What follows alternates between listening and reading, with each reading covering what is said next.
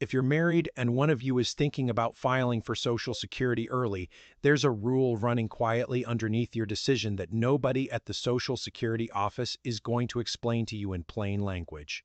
It decides whether your household keeps an extra $500 a month for the next 25 years or doesn't. On a 30-year retirement, the difference runs to six figures. For one decision, made one afternoon at age 62, that one of you probably made without thinking about it. It's sitting there in the Social Security Act, Section 202, subsection B. One paragraph that decides whether the lower earning spouse gets to claim half of the higher earner's benefit or a permanently reduced version of it. And almost nobody finds out which version applies to them until the first check arrives. By then, the math's already set, but there are four moves that protect your family. Let me show you how the rule actually works. I'm not trying to frighten anyone. I'm trying to explain why this rule exists and why most married couples over 60 have never had it explained to them in plain language. I've spent the better part of 2 decades inside the U.S. tax and Social Security system, most of that reading regulations, technical advisory memos, and the kind of program operations manuals that nobody else reads on purpose. For the last several years, I've been sitting at kitchen tables across the country with couples in their 60s and 70s. People who've done everything right. Work steady careers, one of them often the higher earner, one of them often the one who stepped back to raise children or care for aging parents. Built a careful retirement out of a single household income split across 2 earnings records. And then one of them hits 62, files for Social Security because the check would help, and discovers years later that the decision permanently shrank what the other spouse can ever claim. Honestly, that's the part I find hardest to sit with. These aren't invented stories. They're the conversations I have again and again. A widow comes in 5 years after her husband filed early, with a survivor benefit that's smaller than she expected, and I have to be the one to explain why. By that point, the filing decision is 12, 15 years in the past. The check her husband took at 62 made sense at the time. Nobody told them what it would do to her, decades later, when she was the only one left. I looked at the data on who tends to get caught by this rule. Married couples in their early 60s with one spouse earning significantly more than the other across their career, in households where the lower earning spouse is also younger and statistically likely to outlive the higher earner. I was describing almost every couple I'd sat with, which was, honestly, quite a realization. You're watching this in time. That matters. Let me show you how the rule works. Here's the rule, in plain terms. Social Security pays 2 kinds of benefits to married people. The first is your own retirement benefit based on your own earnings record.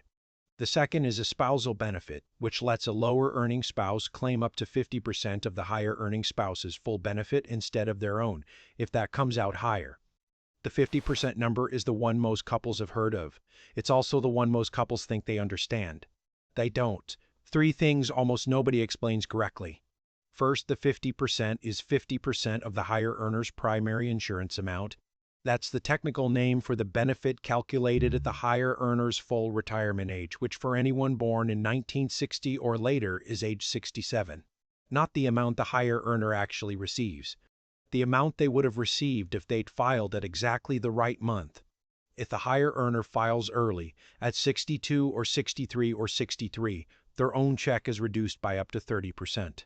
The spousal benefit the other person can claim is not calculated against that reduced check. It's calculated against the primary insurance amount, full retirement age number. That part actually protects the lower earning spouse.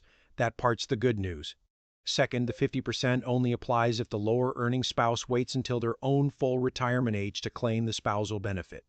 If they file early, the spousal benefit gets its own reduction. At 62, the spousal benefit drops from 50% down to about 32.5%.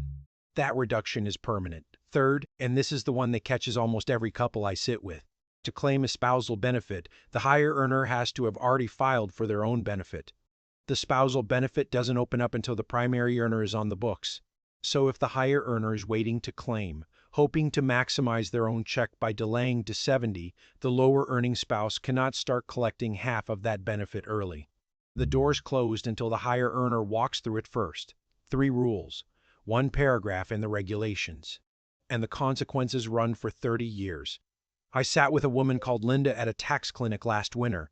She was 67, just retired, married 41 years to a husband, Ray, who had been the higher earner across both their careers. Ray had filed for Social Security at 62 because the check would help with the mortgage and they figured why not take it. That was 5 years before Linda walked into my office. Linda had assumed the whole time that when she filed she would simply collect half of Ray's check. Their joint income would step up. Her advisor at the credit union had told her the same thing in passing.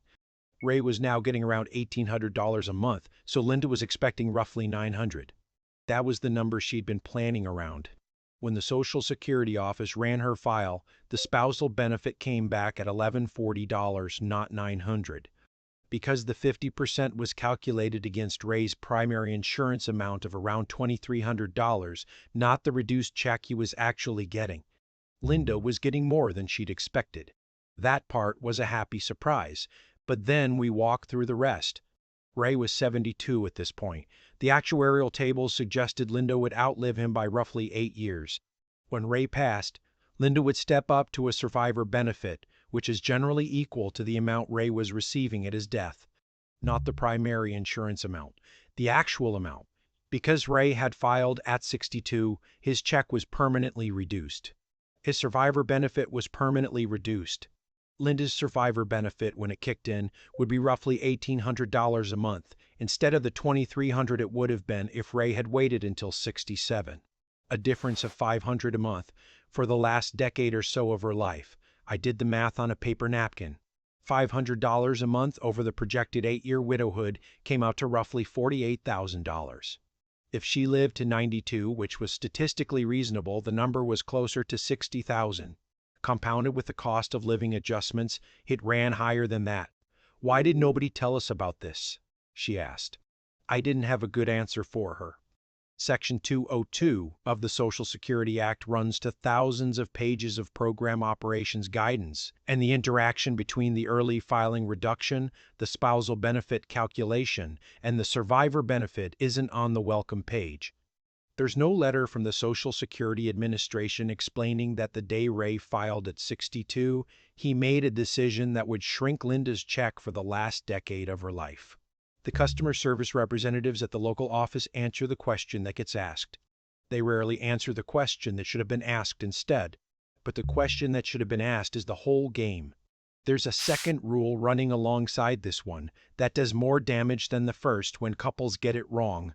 And honestly, this is the one I find people are most reluctant to look at, because it forces a conversation about which spouse is likely to go first. Nobody wants to have that conversation, but the conversation costs nothing. The mistake costs 6 figures. It's the survivor benefit rule. And it's the rule that makes the higher earner's filing decision matter for the rest of the lower earner's life. Here's the foundation in plain terms. When one spouse dies, the surviving spouse keeps the higher of the 2 Social Security checks, not both. The lower one disappears. So a couple receiving $2,300 from one spouse and $1,100 from the other, a combined $3,400 a month, drops to $2,300 a month the day one of them passes. That's a baseline most couples don't plan for, but at least it's predictable. What's not predictable is what the surviving check looks like, because that depends entirely on when the higher earner filed. If the higher earner waited until age 70 to file, they earned what's called delayed retirement credits. Those credits add 8% per year between full retirement age and 70. So a higher earner who would have collected $2,300 at 67 collects roughly $2,900 at 70. When that person passes, the survivor benefit steps up to that $2,900 figure. If the higher earner filed at 62, the check is permanently reduced by around 30%. So instead of $2,300 at full retirement age, they collect roughly $1,600. When they pass, the surviving spouse keeps $1,600. The difference between those two scenarios, $2,900 versus $1,600, is $1,300 a month. Every month. For the rest of the surviving spouse's life, compounded annually for inflation. On a 15-year widowhood, which is roughly average for the lower-earning younger spouse, that's around $230,000 in lost lifetime income. From one filing decision made one afternoon by one person 15 years earlier. I sat with a couple in Ohio last spring, Tom and Karen. Tom was 64, still working, planning to file the moment he turned 65 because he wanted the income. Karen was 61, planning to follow him a year later. We ran the math at the kitchen table. Tom's primary insurance amount was around $2,800 a month at full retirement age. If he filed at 65, his check would be permanently reduced by around 13%, dropping to about $2,400. Karen's survivor benefit when Tom passed would be $2,400. If he waited until 70, his check would step up to roughly $3,500, and Karen's eventual survivor benefit would be $3,500 as well. The actuarial gap between Tom and Karen was about 11 years. That's 11 years of widowhood at a $3,500 check versus 11 years at a $2,400 check. $1,100 a month times 132 months came to roughly $145,000, plus inflation adjustments, plus the compounding effect of starting the higher base. The cost of getting it wrong for Tom and Karen was a six-figure tax on Karen's last decade. I want to be direct about something here. Filing at 62 isn't always wrong. There are real, legitimate reasons to file early. Health issues that suggest a shortened life expectancy. The need to retire earlier than planned because of a job loss or a caregiving situation. A pension structure that makes early Social Security the cleanest gap filler. The rule isn't always delay. The rule is the decision needs to be made with the survivor benefit in mind, not just the current paycheck. For couples where the higher earner expects to live a normal life expectancy and where the lower earner is younger and statistically likely to outlive them, delaying the higher earner's filing is one of the highest return decisions available in retirement, often worth $100,000 or more in lifetime income. And almost nobody runs the math before filing, so that's the bad news. Here's the good news. There are 4 specific moves that protect your family from the worst of this rule. None of them are complicated. None of them require a finance degree. Let me walk through them in order of how much they save. Move 1. Pull both of your Social Security earnings records this week from sa.gov, the Social Security Administration's website. You log in, create the My Social Security account, and the system shows you both your actual earnings history and your estimated benefit at 3 points. Age 62, full retirement age, and age 70. Pull both spouses' records. Write down all 6 numbers. The lower earner's 3 estimates and the higher earner's 3 estimates. The single page of 6 numbers is the foundation of every conversation that follows. Most couples I sit with have never seen all 6 numbers on one page. Move 2. Identify which of you is the higher earner. This sounds obvious, but it's worth confirming because the difference matters. The higher earner's filing decision is the one that drives the survivor benefit math. The lower earner's filing decision affects only their own check during both spouses' lifetimes. So the higher earner's date is the one to protect. If you have to file one of you early, file the lower earner early. The lower earner's reduction affects their check only for as long as both spouses are alive. The higher earner's reduction affects whoever lives the longest. Move 3. Run the break-even math for the higher earner across 3 scenarios. Filing at 62. Filing at full retirement age.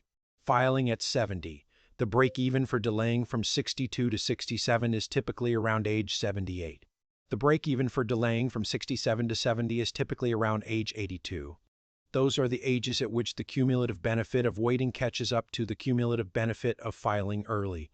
If the higher earner is in good health and there's any reasonable chance they live to 80 or beyond, the math on delaying gets stronger every year past those break-even points. And if there's a younger surviving spouse expected to outlive them, the math gets stronger still because the survivor benefit extends the higher payment for an additional decade or more. Move 4. If one of you has already filed early and you regret it, there's a narrow window to undo it. Form SA-2721, the request for withdrawal of application, lets you withdraw a Social Security claim within 12 months of filing. You pay back every benefit you received, and the system treats you as if you never filed. After 12 months, that door closes permanently. So if you're in month 9 of regretting an early filing decision, this is the conversation to have this week, not next year. Honestly, this is the move I wish more people knew existed before the 12 months ran out. A few things to avoid that come up repeatedly and don't solve the problem. Don't assume the Social Security customer service representative is doing financial planning for you. They're not. They answer the question you ask. They process the application you file. They're often genuinely helpful people. They're not running break-even calculations or modeling survivor scenarios for your specific situation. That conversation has to happen before you walk into the office, not during the appointment. Don't file early because the news cycle says Social Security is running out. Social Security is not going to disappear in the next 5 years, and filing early to lock in your benefits before some hypothetical collapse permanently reduces your check, the spousal benefit your partner can claim, and the survivor benefit your spouse will live on. Whatever Congress decides to do about long-term solvency, those changes will be applied prospectively, not retroactively. The check you're locking in is locked in at a reduced level, forever. There's no version of the political fix that gives that money back. Don't make the filing decision based purely on health. Couples often file early because one spouse has a health concern, on the assumption that the early money is worth more than the delayed money if you don't live long enough to collect it. The logic makes sense for the unhealthy spouse. But if the healthy spouse is the higher earner and is statistically expected to outlive the other, filing early specifically because the lower earner has a health concern is exactly backwards. The higher earner's filing date determines the long-term math. Let the lower earner file early if early filing is the goal. Let the higher earner delay if the survivor benefit matters at all. So that's the rule briefly. Social Security spousal and survivor benefits are calculated against the higher earner's filing decision, not against what the lower earner does. The 50% spousal benefit is calculated against a primary insurance amount, not the reduced check. But the survivor benefit, which kicks in when the higher earner passes, is calculated against the actual check the higher earner was receiving. Which means an early filing by the higher earner permanently reduces the surviving spouse's monthly check for as long as they live. The withdrawal window under SSA 2721 runs for 12 months and then closes forever. None of this is on the welcome letter when you create your Social Security account. Most couples hear about it for the first time at the wrong end of a survivor benefit calculation. You're watching this in time.